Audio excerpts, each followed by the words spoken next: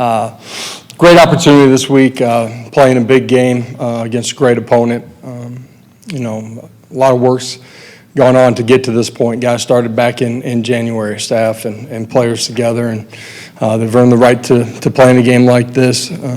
Great opponent, great venue. You look at Ohio State defensively; they lead almost every category in the country. And offensively, got elite players on that side of the ball, and they tie it together well with special teams. So huge challenge for us, but one we're really excited about. And preparation's been good. We got to continue that this week and get ready to go play our best football when we get up to Columbus. So great opportunity. Hope we see a bunch of our fans showing up as well. Open it up. We'll start in the back with Rick and then up front here with Tim. Hey, Coach, bowl games are fun and teams get much needed extra work, but how important is it for this program to be playing such a meaningful game this time of year? Yeah, absolutely. One of the goals for our program is to earn the right to get into this tournament. Proud of what our guys have done. First week of this preparation. We got a lot of young guy work. We've been intentional with that throughout the course of the season as well, and have tried to continue that as we've shifted our focus to Ohio State. But this is all the work and energy that you put into it. This is where you want to be.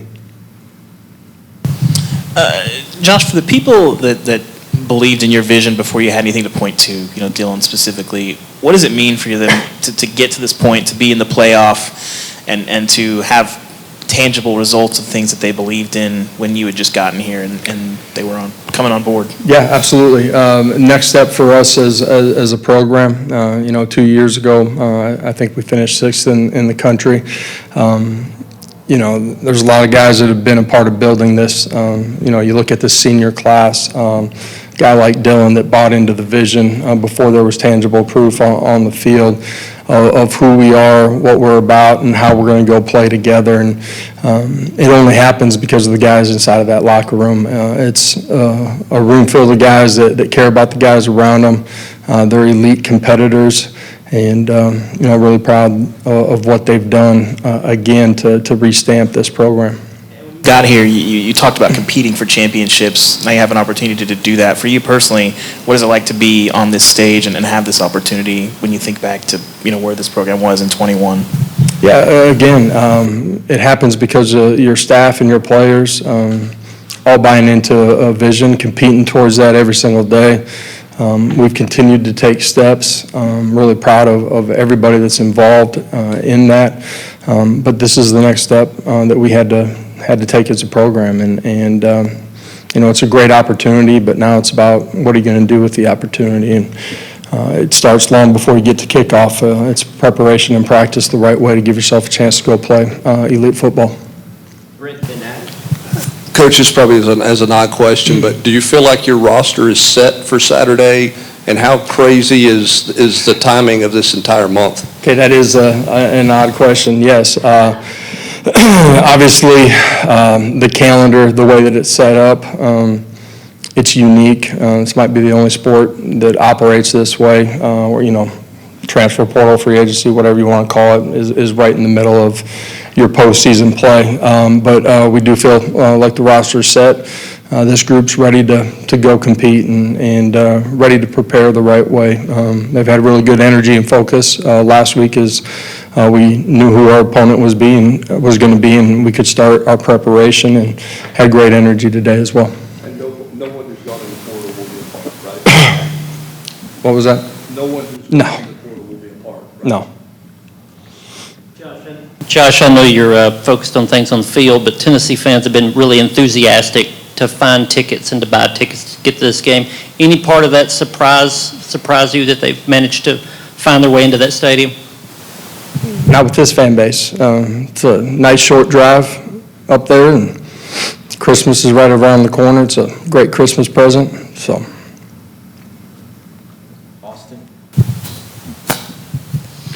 So many people are making a big deal about the weather. I'm not sure Ohio State's played any games in 20 degrees either this time of year. Does this temperature-wise look like a South Dakota type winter day? Yeah, it's a June day in South Dakota. it's going to be great football weather. A couple of weeks ago we played in 30-degree weather. We practiced in the morning, still chill. As cold as it will be around this area, and at the end of the day, you get between the white lines. Weather doesn't matter. The temperature doesn't, and we'll be ready to go play. It'll be a lot of fun. There's this narrative that Tennessee should just be happy to be in the playoffs. You're playing with house money. What would you say to that narrative that you're just happy to be in the playoffs? And if you're just happy to be there, it's going to be a quick cup of coffee. So the mindset of this team is get ready to go play our best football. We understand the opponent that we're playing. They got an elite roster, really good coaches, prestigious program. We got to go play good football. It doesn't take anything extraordinary at the same time. It's us doing the ordinary things at a really high level consistently for 60 minutes, and looking forward to continuing our prep to get ready to go play. Ben and Rob? Banged up football team coming off of the Vanderbilt win. How much have you all benefited from these last couple of weeks, and how important is it that you all are the more physical football team on Saturday? Yeah, it typically happens in this league. As you go through all those games, every football team in this league is going to be banged up. Having a couple extra weeks to heal up, I feel like we'll have everybody ready to roll when we get up there. The line of scrimmage is going to be important in this one. It always is in big football games. You got to be able to run the football on the offensive side of the ball. Defensively, you got to control the line of scrimmage. That's your first and second level and your safeties in particular. But line of scrimmage will matter. You want to get people into predictable third downs and then be able to rush the passer and get off the field. You guys got on the cusp of all this 2 years ago, and it felt like it happened so fast for the program. And you talk about your guys just need to do ordinary things at a high level. Do you feel like this team believes that more than maybe they did 2 years ago, where it happened so fast it was like you had whiplash to get there? Yeah, I don't think anybody in the locker room had whiplash 2 years ago, but we understand what big games look like, what they feel like, the type of environments that you're going to play in.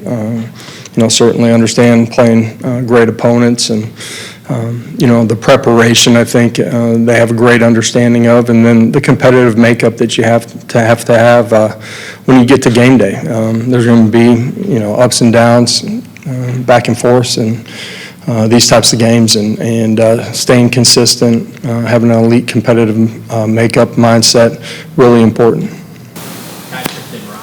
Josh, what's something you've learned about Nico over the course of his first season starting for you?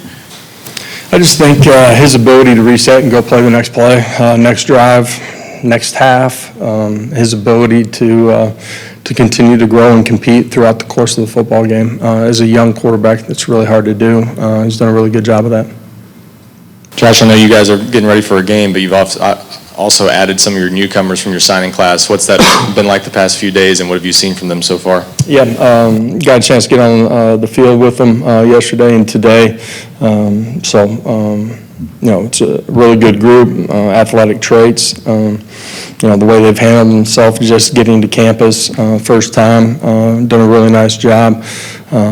Really excited about what we've seen from those guys so far. It's been a lot of fun having that influx of guys, talent into our roster here as they get an opportunity to experience postseason play. We'll go back to the page. OSU has a pretty elite trio of wide receivers. How do you think your DBs will fare in that matchup? Yeah, it'll be a big part of it. You got to not give up a bunch of big explosive plays where they create momentum, field position, ability to score points. So it does start with the line of scrimmage for us, but we got to do a great job of playing disciplined and matching people out, playing with fundamentals and technique, and then going and making plays. There's going to be one-on-one situations. We got to win the lion's share of those. Eric, back left. Josh, you look at Ohio State in the red zone, both offensively and defensively, really efficient football team. What have you seen from their units that make them so effective inside the 20? Yeah, defensively, within the scope of the structure that they're playing, they got great discipline. Their eyes are in the right spot.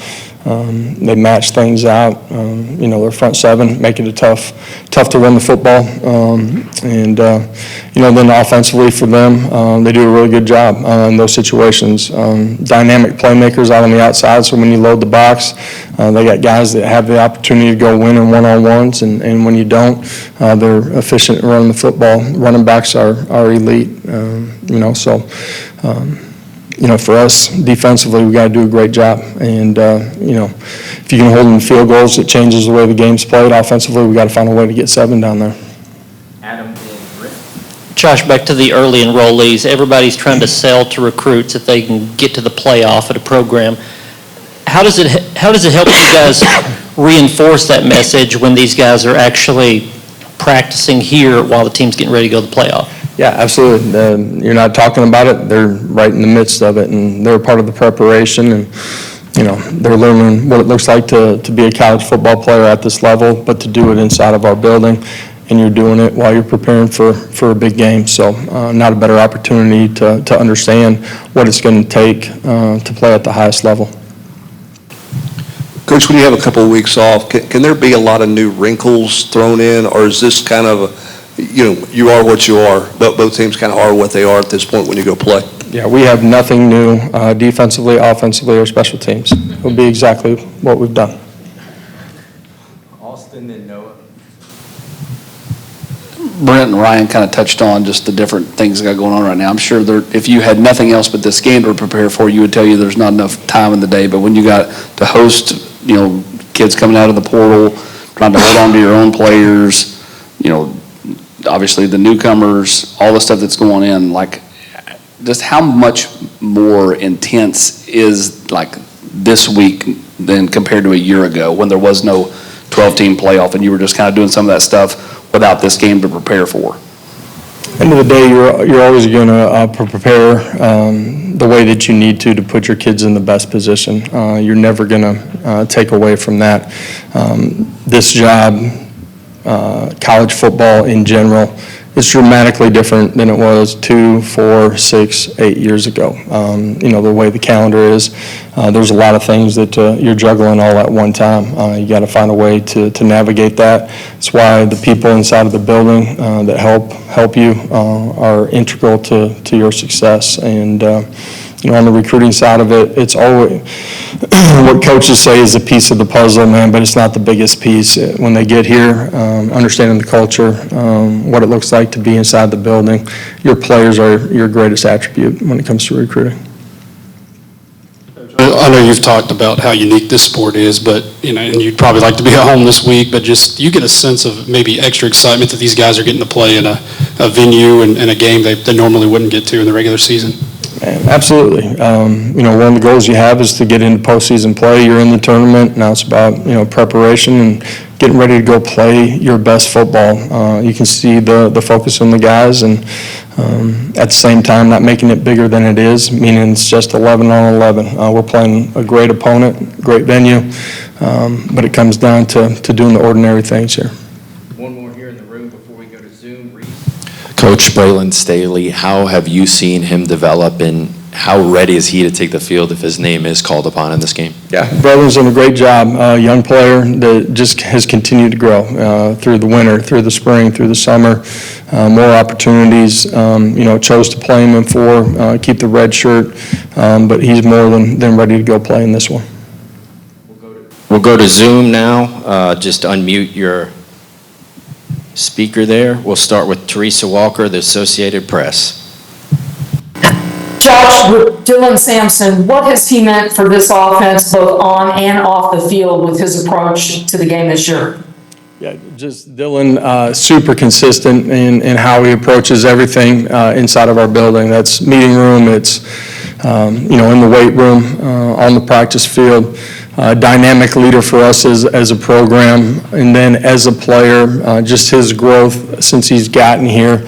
what he's done to prepare himself to have the load that he's carried this year. You watch the tape. He's done a great job of creating big plays, explosive plays, making people miss. But he's done a great job of understanding, when it's not clean, getting his pads down and going +2 at the end of the runs. But he plays great without the ball in his hands as well, and a huge part of our success as a football team. We'll go to James Scarpea, the Oregonian. Josh, not specific to this week, so if you'll indulge me on one question about Dillon Gabriel and your experience with him. The adage is you never want to be the guy after the guy, but Dillon's done that throughout his career, and obviously it started with you guys at UCF. What do you think it was that enabled him to excel in 19 under those circumstances with McKenzie as a freshman at that point for him? And from what you've seen him do following Caleb Williams and Bo Nix, why do you think Dillon relishes in following highly successful quarterbacks when others may struggle or look to avoid those situations? Yeah, I think one of the great traits of Dillon, he's extremely grounded in who he is, has a great family. But because of that, he's not worried about tomorrow, and he's not worried about, what came before him. He's truly in the present. He's that way inside of the building. He's an elite competitor. And that makeup has just allowed him, no matter where he's at, to be able to garner respect from the guys. And once you gain that, man, everybody sees what type of competitor and how he plays. He's a dynamic playmaker, man. One of the best that I've been around. Thank you. Last one to Nick Hamilton. Hey, Coach. I wanted to ask you specifically just about Nico as far as somebody that truly understands the culture that you set up at Tennessee. What are some of the things that you've seen, not just on the field, but off the field, that he's been able to really be a positive face for this organization and for this team? Yeah, as a young player, everybody wants the quarterback to be the leader immediately. Smart young quarterbacks understand that there's a growth and an evolution to it. Nico's been great in one-on-one situations from the time that he got here, communicating with wideouts. He grew into, communicating and challenging the 5 guys in front of him. But now you can feel, as he started to play, you can feel his presence in everything that we're doing every single day. And Nico's got a great understanding of, man, you gotta be with the guys. You're not one of the guys when you're the quarterback, but you gotta be with the guys. You see him at the hotel on Friday nights. He's eating dinner with the offensive lineman. He's with the defensive lineman. He does a great job of, kind of getting out of his quarterback group or just the offensive unit and developing relationships with those guys. And that's a big part of leadership. Those guys having a relationship with you, understanding that you care about them, allows you to lead them. All right, thank you very much.